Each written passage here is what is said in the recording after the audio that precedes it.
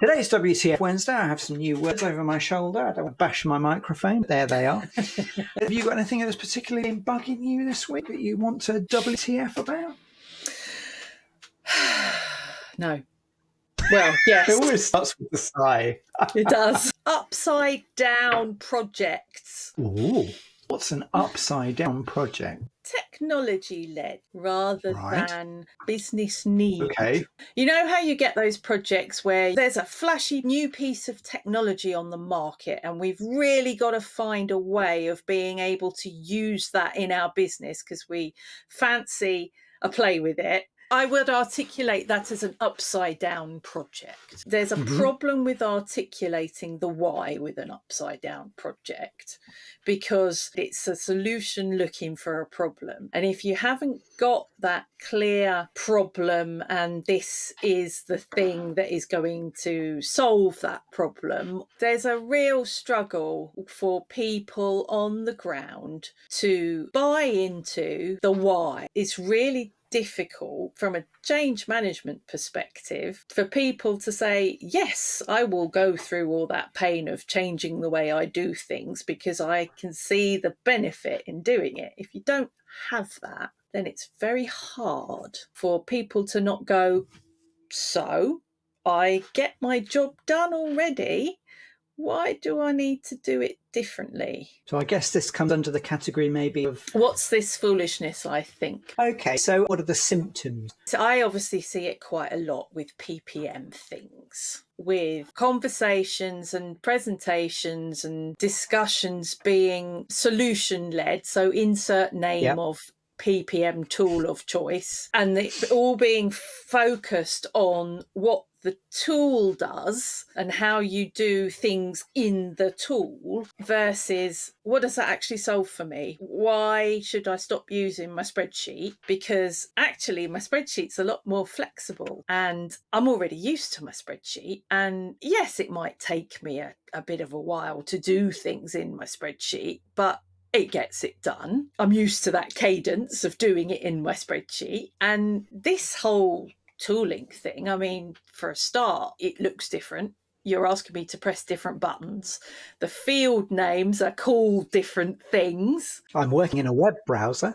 That, as we know, isn't always the most stable of environments. It can be a bit slow, particularly if you're working in a spreadsheet and you want to do something like turn off auto calculations until you've done your work. A lot of web-based PPM tools don't let you do that. And you, especially if you don't realise and you're keying stuff in, it decides to go off and do some calculations. You look up and you think, oh, my screen hasn't been there for 2 minutes. Where did I stop keying in? It is a solution looking for a problem sometimes. When you have an upside down project like that, what are the downsides, do you think, to having that sort of project in terms of the results that you get? Just people aren't generally clear where it all comes back to. What's the central point? You know, when we talk about projects, we always talk about saying, what's the driver for change? Let's articulate that. Let's get a vision, a mission, be really clear about our goals, those kind of things. With an upside down project, they don't tend to appear at the beginning because they don't exist. They may or may not get created a little bit further down the line, but by not having it at the beginning, you've already got quite a few disparate groups thinking what it means to them rather than what the organisation wanted it to mean for them.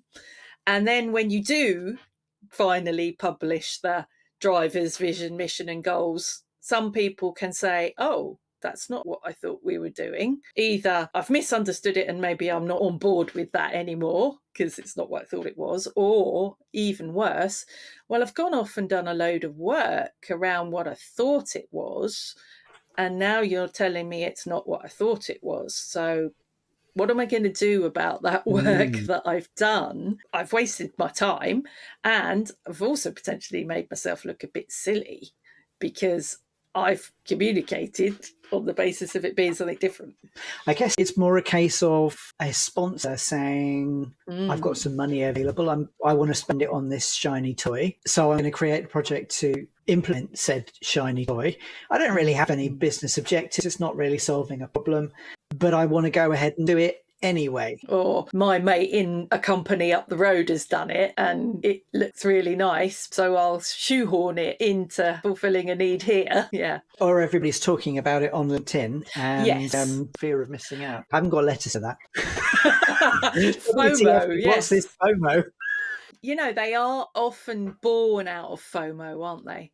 These kind of upside down, solution-led things. There's a risk that doing those kinds of projects means that they won't be aligned with the organisation's strategic objectives or delivering its strategy, its vision. So in a sense, those are rogue projects or pet projects that have been created by a sponsor to get something in.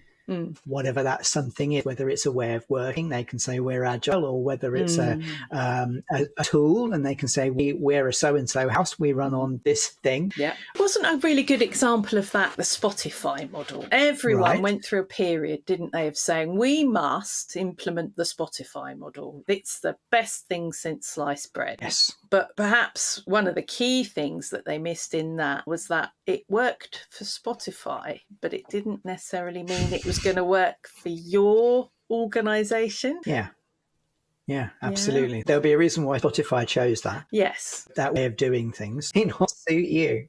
Yeah. But everyone thought, oh, there's the silver bullet. It's worked really well for Spotify. Let's do it here. It's a solution looking for a problem. Yeah. And arguably you might have actually created a few more problems in the process because it didn't fit. That's the foolishness. Yes. Upside down projects. Why do we keep doing upside down projects? Well, I guess in most organisations, there'll be a level of project which it's possible for sponsors to do from their own budget with their own framework, governance and all that kind of stuff. The sponsor could say, I'll spend it on what I like. Maybe it comes from siloed thinking. That thing is something that they want to do, an itch they want to scratch. Makes perfect sense to them. Yeah, it may not necessarily be in the best interests of the organisation. Or could be completely counter to some other area of the organisation. Absolutely. I've seen examples where the left-hand side of the organisation is painting things white and the right-hand side of the organisation is painting white things black, effectively. One part of the organisation is creating new instances of software system where the architecture side of the organisation is trying to close down that system and exit it for sound architectural reasons. Yeah, and I've actually seen that happening in some organisations. Okay, that's the foolishness. What's the fix? Well, if we knew that, Ken, we'd be PMO consultants. Exactly. Stop doing it. Just stop doing it. I do think that having a joined up, grown up discussion at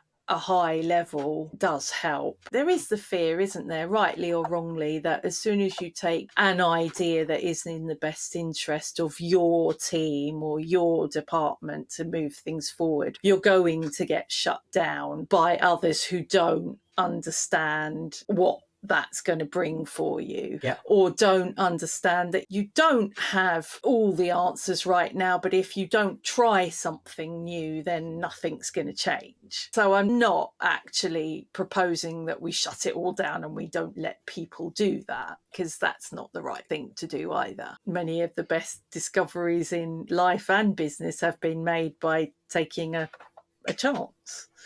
Is there something, though, about the principle of at least surfacing that kind of proposal at a higher level based on doing no harm? If somebody in Department A in the organisation wants to implement a system that does no harm to anybody else, fine, they can do that if they want to. But if it means that Department C, D, X, Y, Z suffers in some way or can't do what they want to do, or they incur some extra cost to account for it or something like that, then we need to think about whether or not doing that upside down project is in the best interests of the organisation. If the proposals are sort of elevated to a higher level, then somebody in department XYZ may think to themselves, my guys might have to do a bit more work or do things in a slightly different way, but I can see how it benefits the organisation as a whole. So for this initiative, I'm prepared to take one for the team effectively and suffer a bit of pain in order to get that thing done. Thinking about the whole, the greater good, not just my little, my fiefdom, my little bit. Yes.